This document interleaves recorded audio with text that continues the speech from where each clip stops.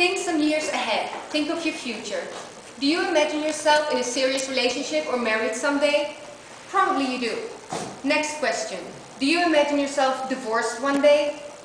Probably not. Still, the divorce rate is skyrocketing.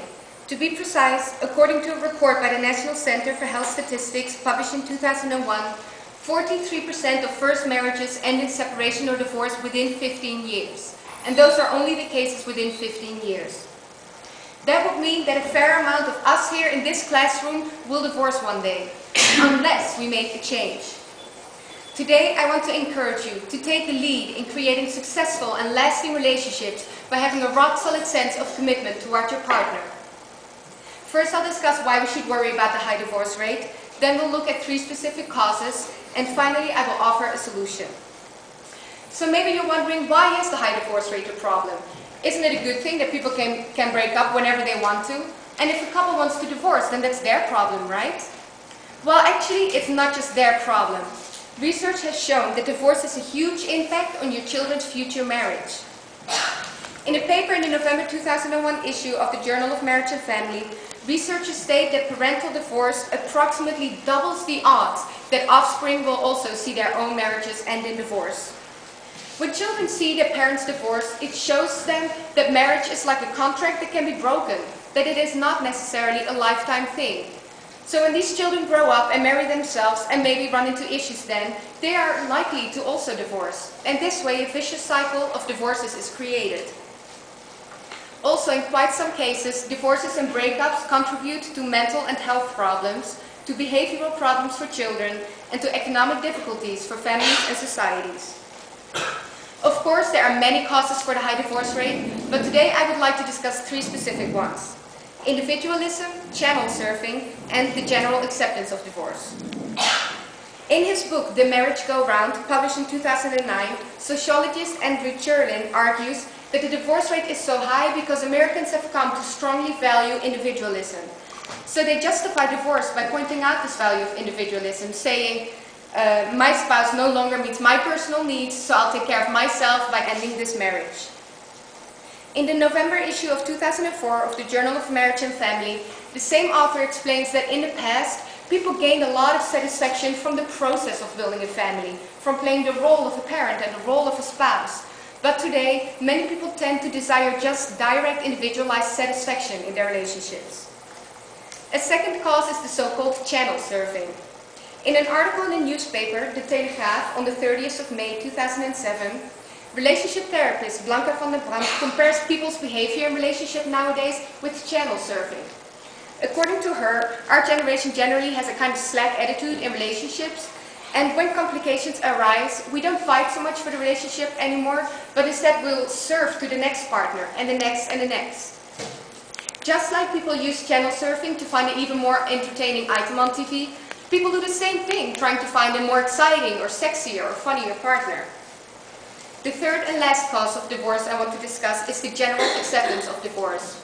I found several papers discussing the increasing social acceptance, and we can also see it around us every day.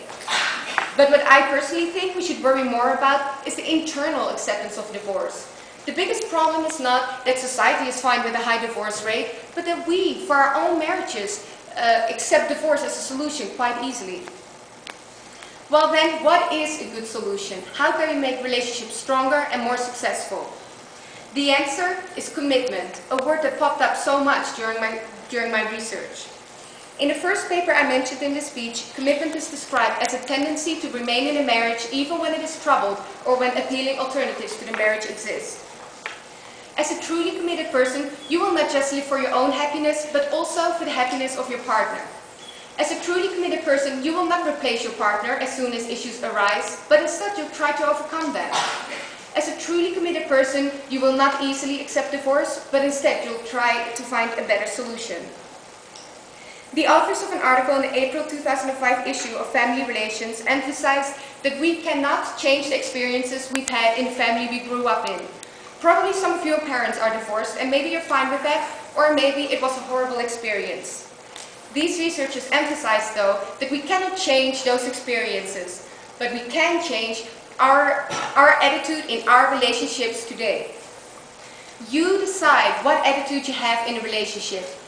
A mindset of commitment is a choice that you can make, and it will be a very beneficial one. My husband and I made that choice at a quite young age. We are not afraid that the other person will find someone more interesting or that he will get bored. We are not afraid to run into struggles that we cannot solve together. And that is because we are committed to each other and to making our relationship work. Sure, our characters clash sometimes, but we see that not so much as a problem as a way of complementing each other. For example, I can still teach him quite some social skills, and he can teach me how to stay calm when the printer doesn't work. Instead of causing irritation, these points actually bring us closer together. And I feel that only works because we are committed. Because if you are committed, you want to make the relationship work no matter what. So then you might as well turn such struggles into healthy challenges. Our parents, who are on both sides still happily married, taught us this attitude of commitment, and for that we are eternally grateful. Think about it. How will you feel if in our generation the divorce rate would increase even more? Wouldn't that just be pathetic? What would it be like though if in our generation a change would occur? We can be the pioneers of a new trend, namely the trend of strong and lasting relationships in which partners can count on each other for 100%.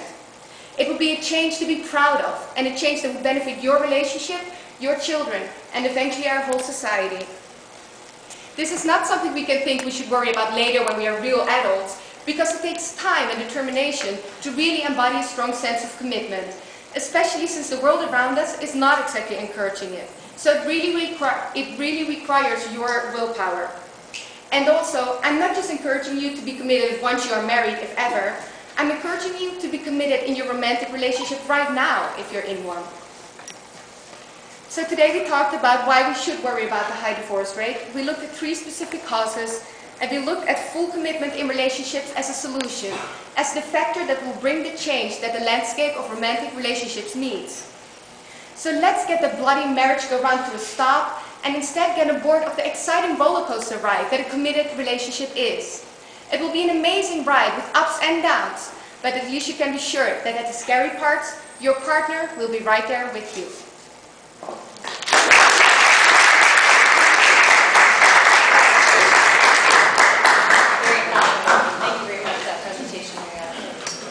Boy, these are great. I'm excited tonight. All right, next we have